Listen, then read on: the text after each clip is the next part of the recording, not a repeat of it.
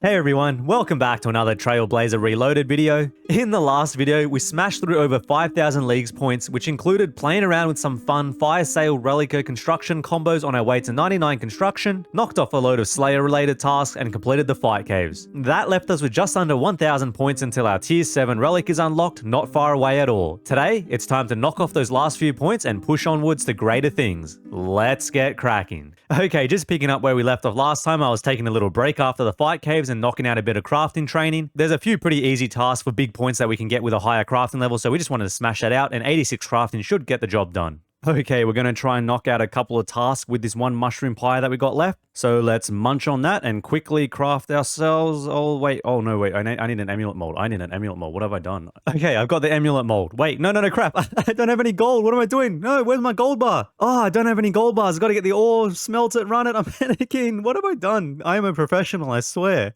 No. Oh, I panicked too much and I missed it. Oh, what have I done with my life? Okay, well, let's quickly try and do the other task at least. You can tell I haven't crafted many onyx amulets in my time.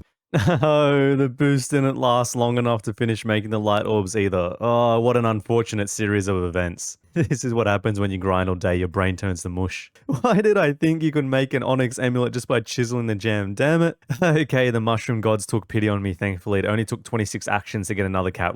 Let's go back and try that again. Let's run it back one more time. We eat the mushroom pie, use the gold bar on the furnace, make an onyx amulet.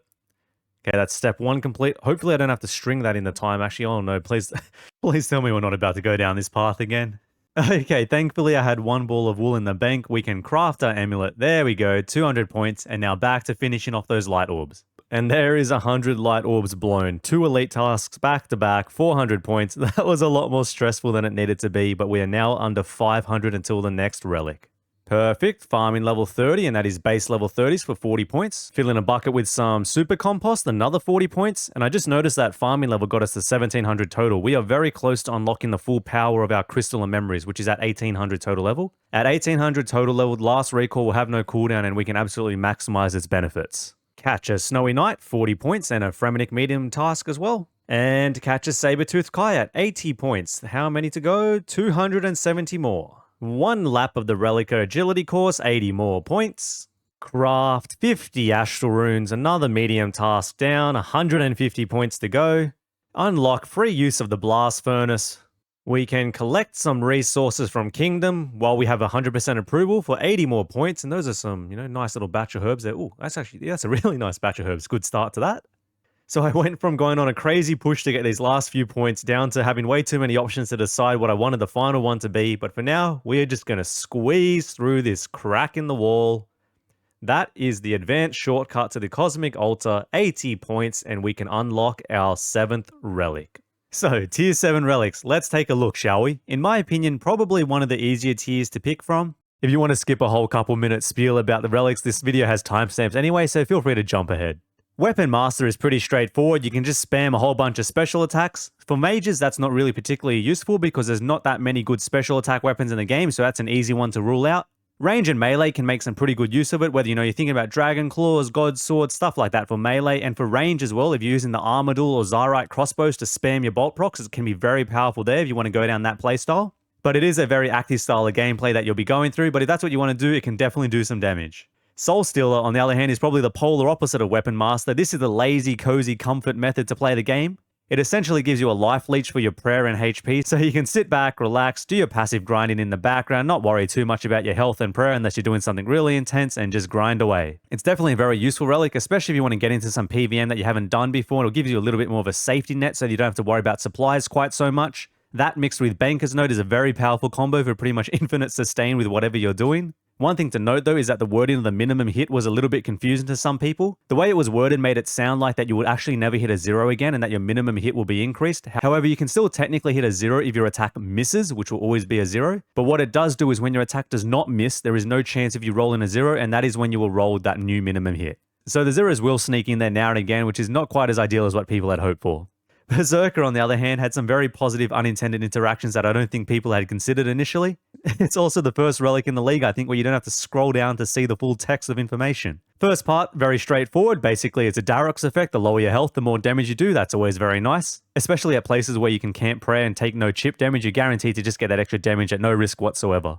The second part is what makes it really powerful. Even if you didn't have the bonus damage from the first bit, what it does is it guarantees that you'll hit your maximum hit on your first strike. Now for melee, it doesn't seem to be quite as noticeable, but for magic and range, it has a huge upside. Because you can attack from range and so fast, like generally all your weapons are going to be 2-tick with the combat relics that you have, multiple hits actually get fired before the damage is registered on the enemy. So when you're standing away from a distance, it's possible to get multiple guaranteed maximum hits to open the fight. For magic, you can actually guarantee triple hits. I don't know if that's just with the shadow or all powered staves in general, but either way, it's very, very strong.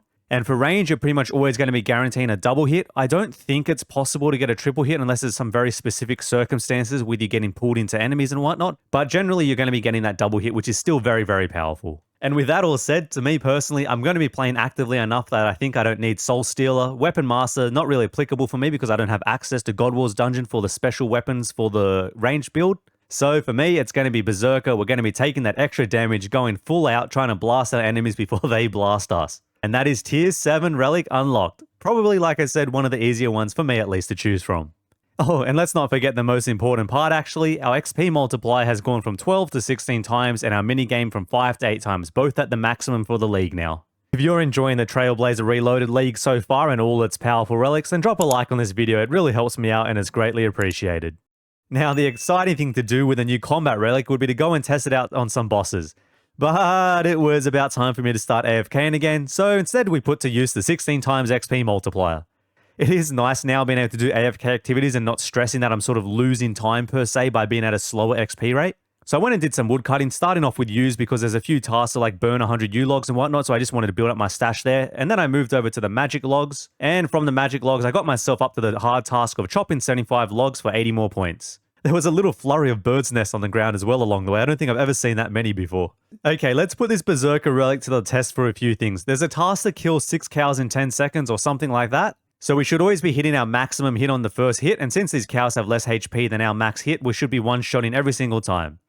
Look at that go, 888 non-stop, and there we go, medium task, 6 cows, 10 seconds. So to show off the other Berserker mechanic I was talking about, we're here at the rock crabs, and we're going to attack from as far away as possible.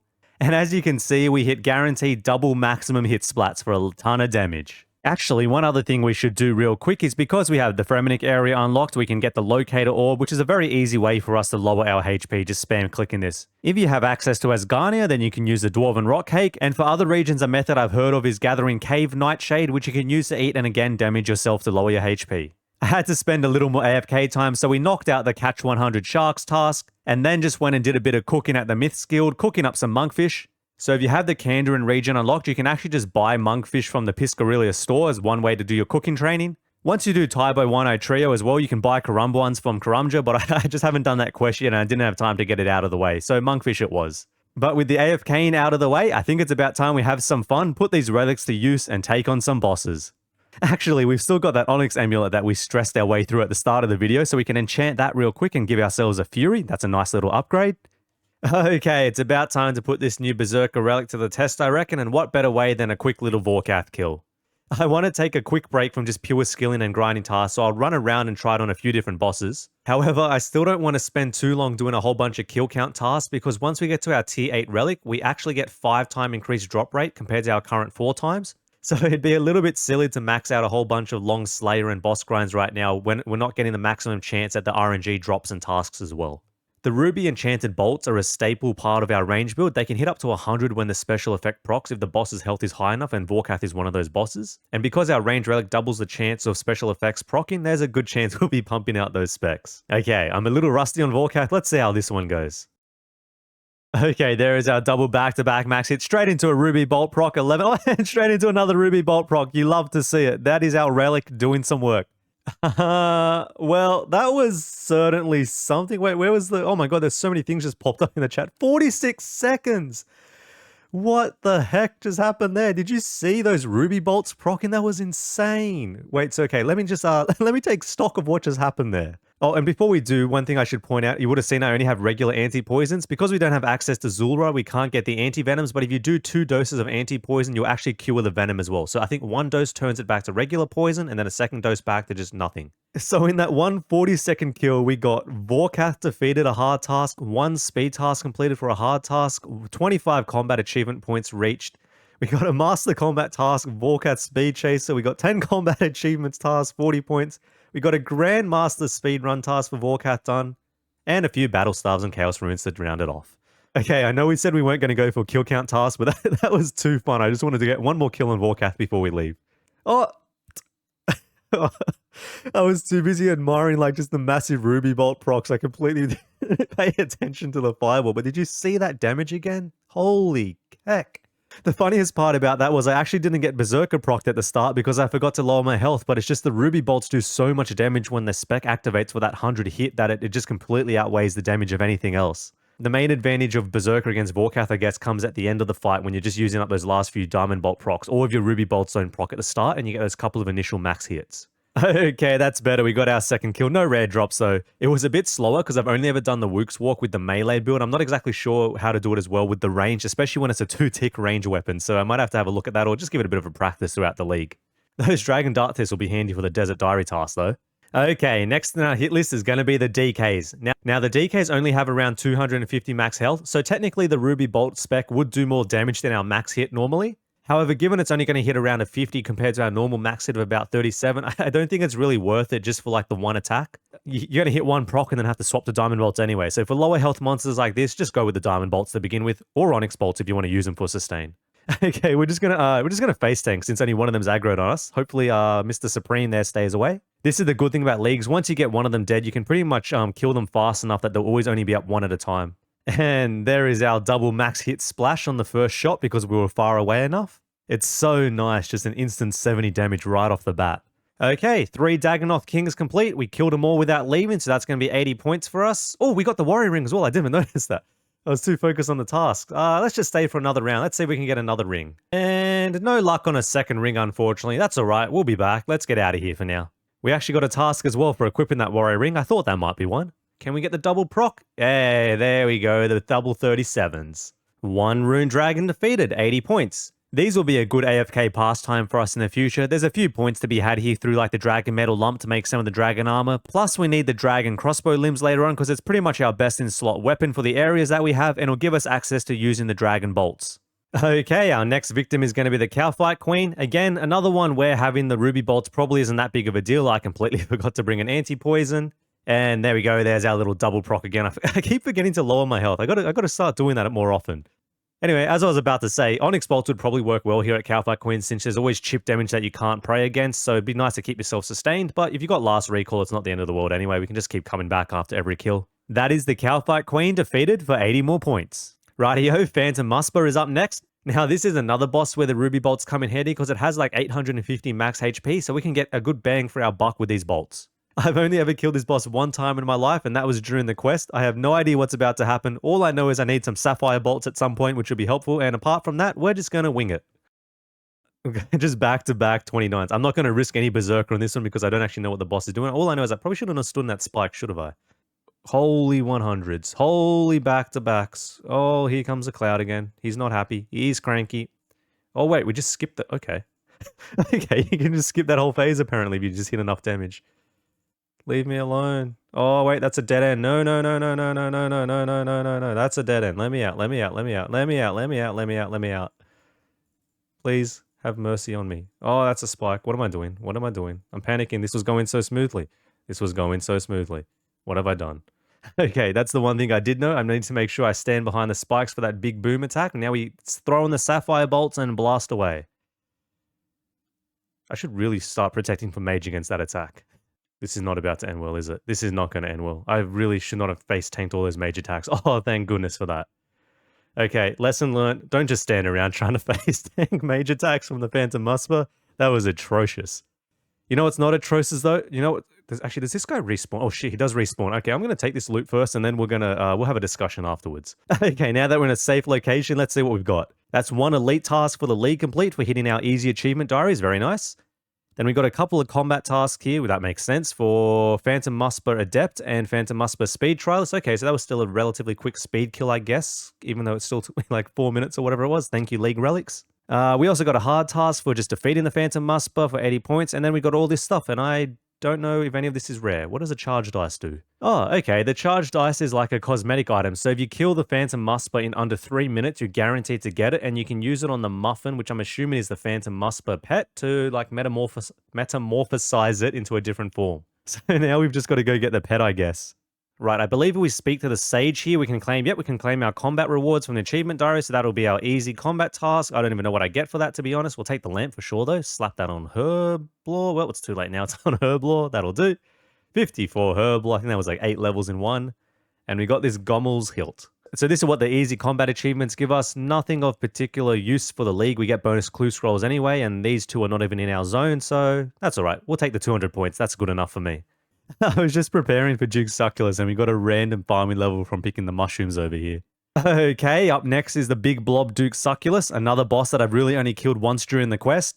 However, this is meant to be the easiest of the Desert Treasure 2 bosses, so hopefully it'll be okay. So I know this boss is usually fought with melee, and I did look on the wiki, his range defense is pretty high, but let's see how we go since we've got our relic boost and see if we can shred it with range regardless.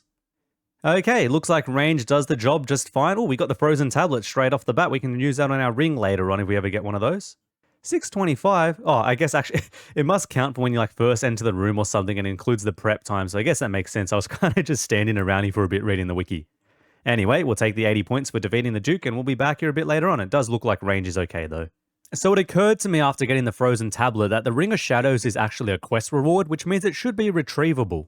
And it turns out it is. You can just grab it from the mysterious bandit over here. Absolutely no reason to not use this. It's a free 4 range bonus and 2 prayer.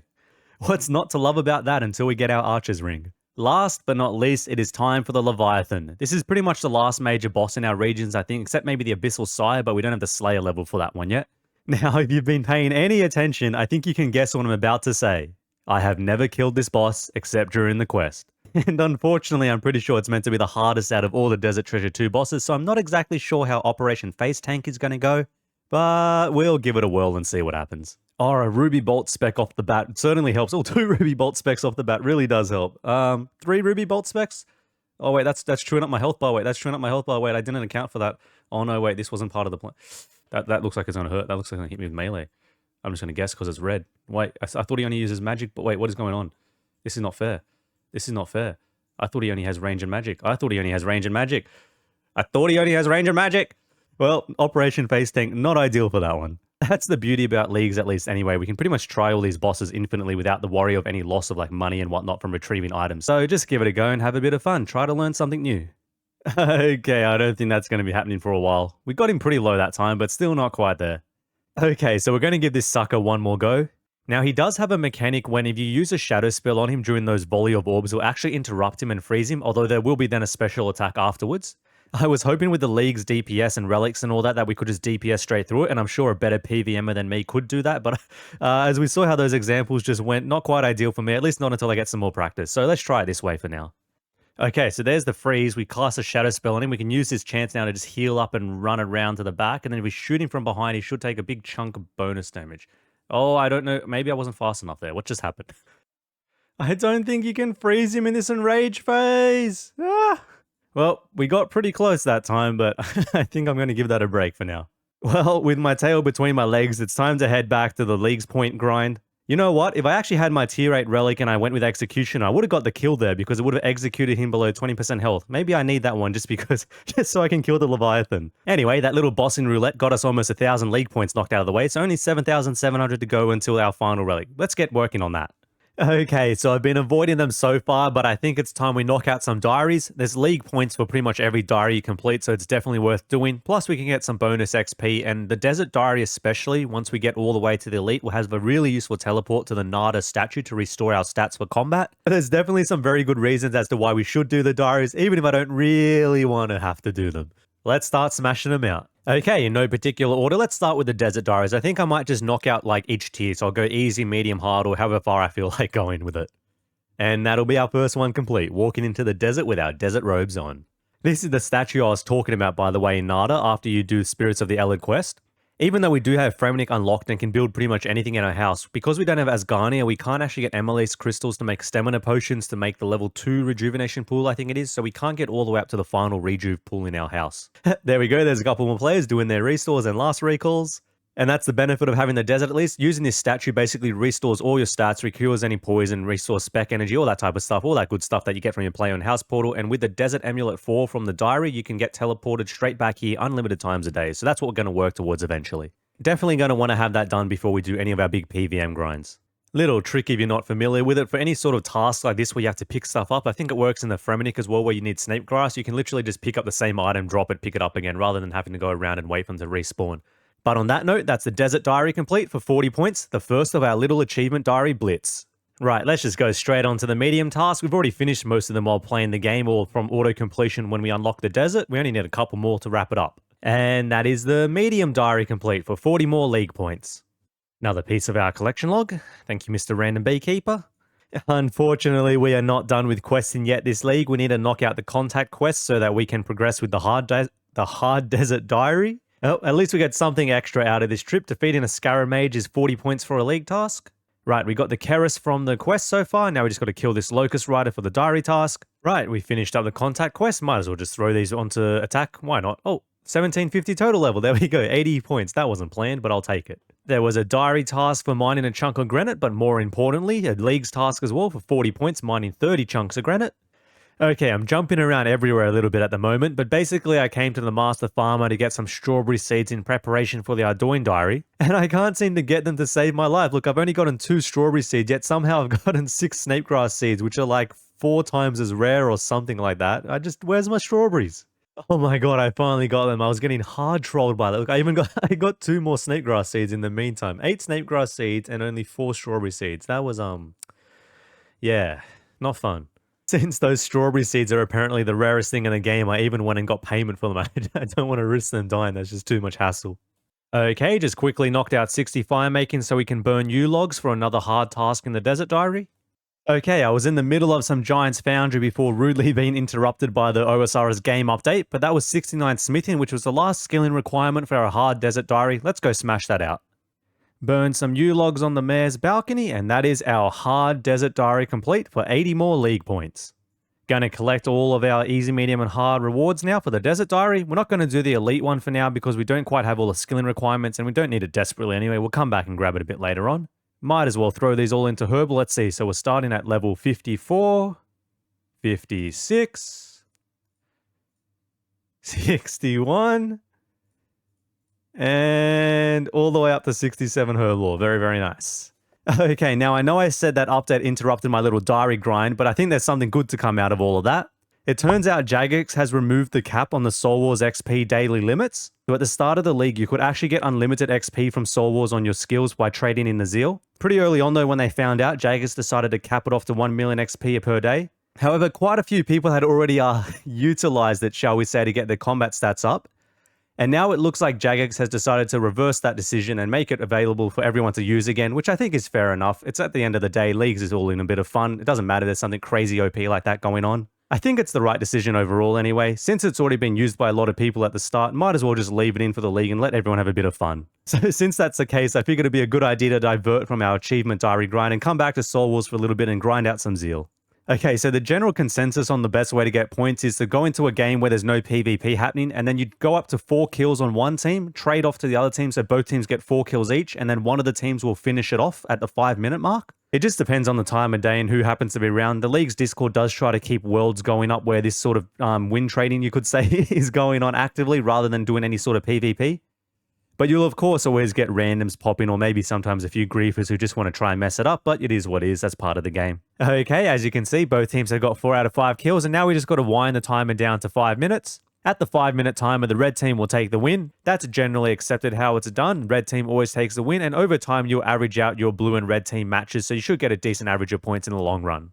So this is the other part of the method, which I guess is just how the points are calculated for Soul Wars. Basically, the teams come to the middle and jump back and forth, trading the obelisks. So you can see here, we sort of just take turns running to the middle. One team captures it, one team runs back, the other team captures it, so on and so forth. It's pretty funny seeing people just run back and forth, trade the obelisks like this. It's kind of like the little community queue for the Lesser Demon at the Wizard's Tower.